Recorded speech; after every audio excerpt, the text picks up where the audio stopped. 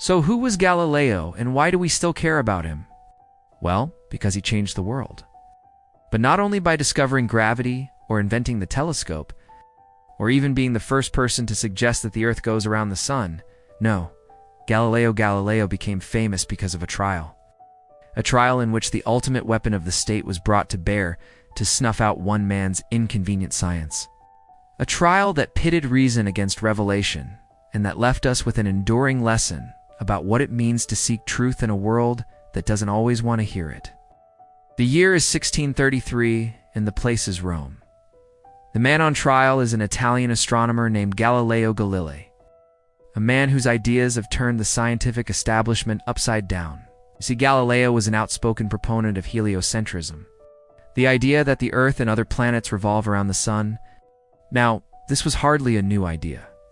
The ancient Greeks had proposed something similar as far back as the 2nd century BC, but Galileo wasn't just another armchair theorist. Thanks to his revolutionary telescope, he'd seen things that proved the sun's centrality beyond a shadow of a doubt. Moons orbiting Jupiter, Venus going through phases like the moon does.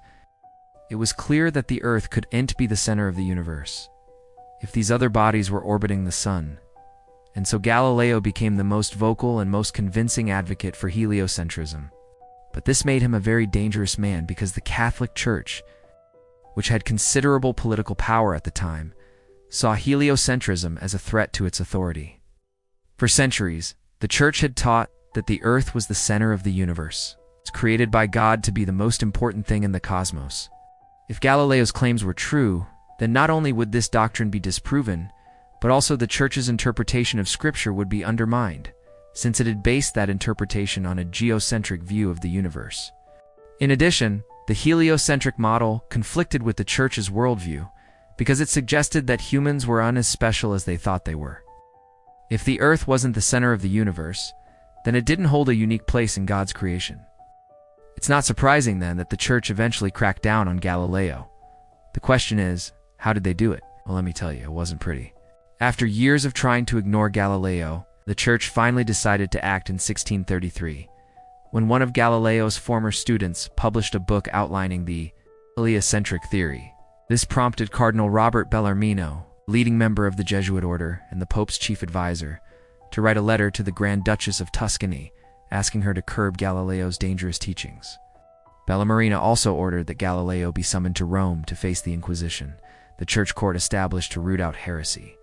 When Galileo arrived in Rome later that year, he was placed under house arrest in a monastery where he spent the next 9 months awaiting trial. During this time, he was visited by 2 Dominican friars who interrogated him about his beliefs. These friars, Niccolo Ormani and Francesco Serenbois, had been handpicked by Bellarmine to ensure that Galileo would recant his views. But Galileo was steadfast in his refusal to abandon heliocentrism, even though he knew that recanting would save him from the terrible fate that awaited him if found guilty. And what was that fate? Well, according to the laws of the Inquisition, Galileo could expect no less than torture. You see, the charge of heresy was a serious one, and carrying it meant leaving the church with no choice but to condemn you. Once condemned, the heretic could either recant their views or double down and accept the punishment the church deemed fit. And that punishment, in many cases, involved extreme physical abuse. According to one account, those found guilty of heresy were subjected to the following. The accused was bound to a chair with ropes and subjected to a series of tortures, starting with the garuka, in which a weight was hung from the wrists and ankles to stretch the body. Next came the brazo, in which weights were attached to the elbows and legs, causing them to bend backward. Finally, the head was compressed by squeezing the upper and lower jaw until the teeth were crushed together. Imagine that the last time you went to the dentist, the drill suddenly stopped and the dentist grabbed you by the scruff of your neck and started banging your head against the metal tray until your teeth shattered. That's about as painful as it gets. And that's what Galileo was facing if he didn't recant. But even in the face of such horrors, Galileo refused to renounce heliocentrism. He might have been alone in his room in the monastery, but he was not alone in his belief. For he knew that he was merely a messenger for a scientific community that had already embraced heliocentrism. A community that included some of the brightest minds in Europe, people like Johannes Kepler and Christian Huygens. And so, when the time came for Galileo to recant, he chose to stand firm, stating, "I am not a heretic. I have never been a heretic. I will not recant." With that, the show trial began. On June 12, 1633, Galileo was summoned before the Roman tribunal and charged with heresy. The tribunal consisted of 5 cardinals, including the aforementioned Bellarmino, who acted as prosecutor, judge, and jury. Galileo's defense attorney, a Jesuit priest named Francesco, but there was no real contest. The evidence against Galileo was overwhelming, and the tribunal had already made up their mind. The trial lasted only 2 days, during which Galileo was forced to listen to long theological arguments against heliocentrism. He was also grilled by the tribunal about his views on the Bible and whether it should be interpreted literally. When he insisted that it should, the tribunal erupted in anger and declared him a stubborn heretic.